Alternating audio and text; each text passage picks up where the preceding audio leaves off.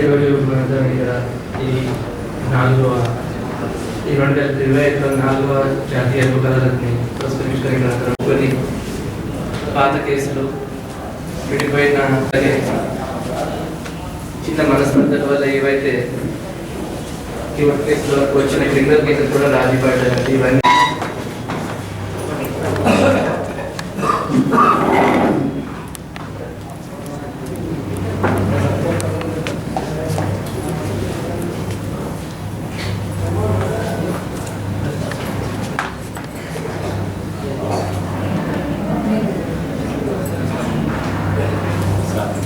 వాళ్ళకి అండ్ ఎవరైతే councils తోడ్పడి counselling చేసి ఎవరైతే జనరల్ కలిపారు, ఎక్కడైతే రాజీ పడలేక విషయం ఉందో అక్కడ కూర్చోబెట్టి వాళ్ళతో మాట్లాడారు, వాళ్ళందరికీ కూడా ధన్యవాదాలు.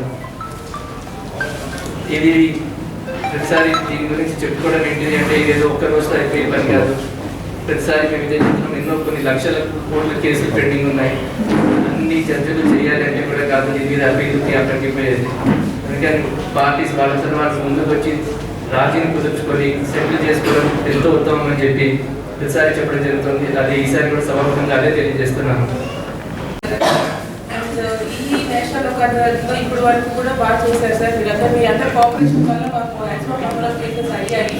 అండ్ 498 కేసెస్ కూడా మా కోర్టులో కాంప్రమైజ్ అవ్వడం జరిగింది. మీ అందరూ కోఆపరేషన్ వల్ల వాళ్ళు బిర్యానీ కూడా ఇవ్వాలనుకుంటున్నారు.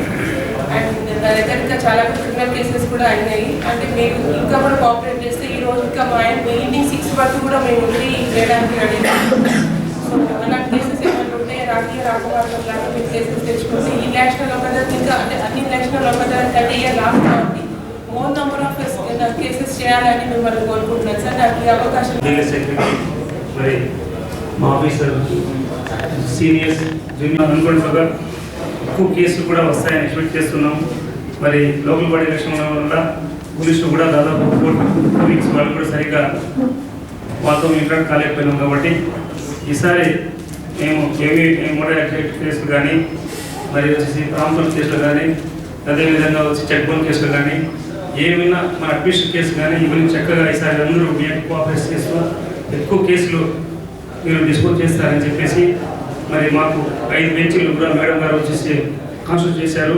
5 బెంచీలు వచ్చేసి అడ్వకేట్లు క్లయింట్లు చక్కగా పొద్దున్న ఇప్పుడు అయిన తర్వాత ఇక్కడ నుంచి 11 o'clock నుంచి వెళ్ళి ఏ కేసులు ఉన్నా మరి పోలీసులు మరి స్టాఫ్ వాళ్ళని అప్రోచ్ అయ్యి మరి అన్ని కేసులు వచ్చేసి మేము ఈవినింగ్ వరకు ఉండి మీ అన్ని కేసులు కూడా ఎప్పుడు వచ్చినా కూడా మేము తీసుకొని సెటిల్మెంట్ చేయడానికి సిద్ధంగా ఉన్నాం ఆల్ ఆఫీసులు. కాబట్టి ఇలాంటి అవకాశాలు ఈ యొక్క నేషనల్ లోక్ అదాలత్ మన బ్రదర్ చెప్పినట్టుగా ఈ సంవత్సరం జరిగేటువంటి 4వ లోక్ అదాలత్ ఈ సంవత్సరం ఎండింగ్లో జరిగేటువంటి ఆఖరి లోక్ అదాలత్.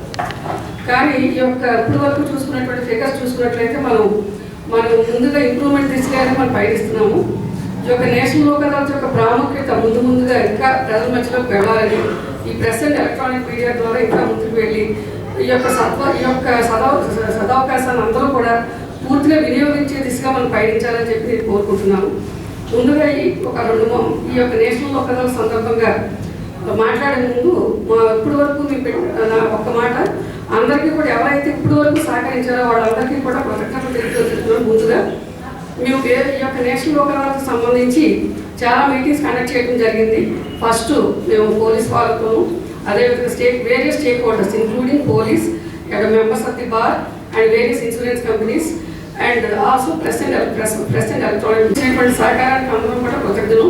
ఎందుకంటే మీ యొక్క సహకారం లేనిదే మేము ఏ నేషనల్ లోక్ అదాలత్ కూడా సక్సెస్ఫుల్గా చేయలేనటువంటి పరిస్థితి unless there is cooperation from all the stakeholders. కాబట్టి మేము అందరూ కూడా సమిష్టిగా పనిచేద్దాము.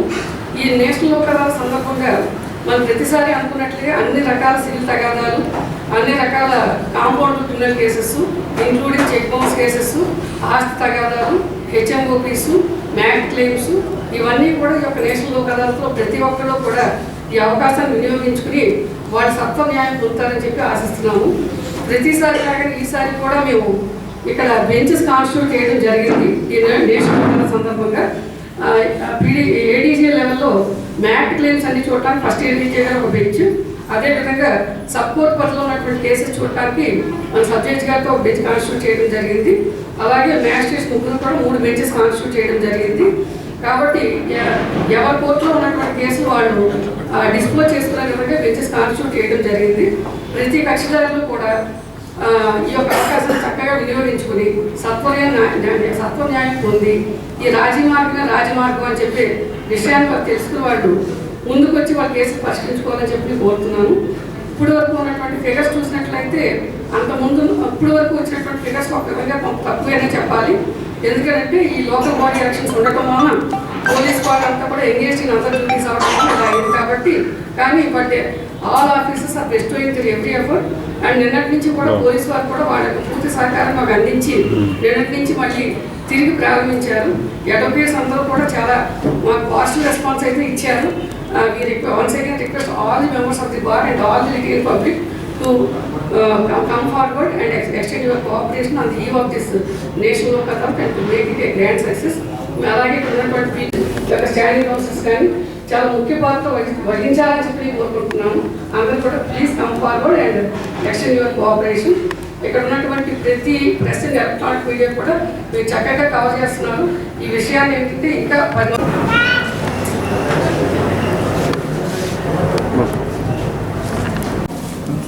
అది ఒక మొక్క చెప్పాము. మీ ఇద్దరు కలిసి ఉంటున్నారు కదా, కొంచెం కొత్త జీవితం మొదలు పెట్టండి. మీ ఇద్దరు పిల్లలు ఉన్నారు కదా, డోంట్ డివైడ్. మీరు తప్పులు ఏమన్నా ఉంటే మీలో మీరు అడ్జస్ట్ చేసుకుని ముందుకెళ్ళండి. మీరు ఇద్దరు పిల్లల్ని చూసుకుంటూ మీరిద్దరు ఒక చాటు ఉంటే కనుక వాళ్ళ యొక్క వెల్ఫేర్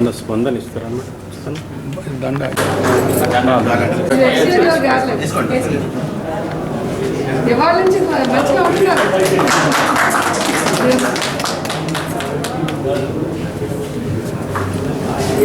ఇక్కడ వచ్చినటువంటి జాగ్రత్త initiation of both PPR and మన పీడిఎం గారు ఇద్దరు కూడా ఆ ప్రీలోక్ అదాలత్ స్థితిలో వీళ్ళు వాళ్ళ యొక్క మైండ్ ఇక్కడ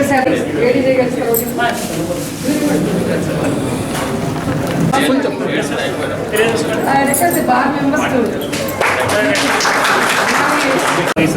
మంచిగా చూసుకుంటాము. ఇప్పటికీ కలిసే ఉంటాం. మా కోసం మా పిల్లల కోసం ఏ విషయానికి కూడా మీరు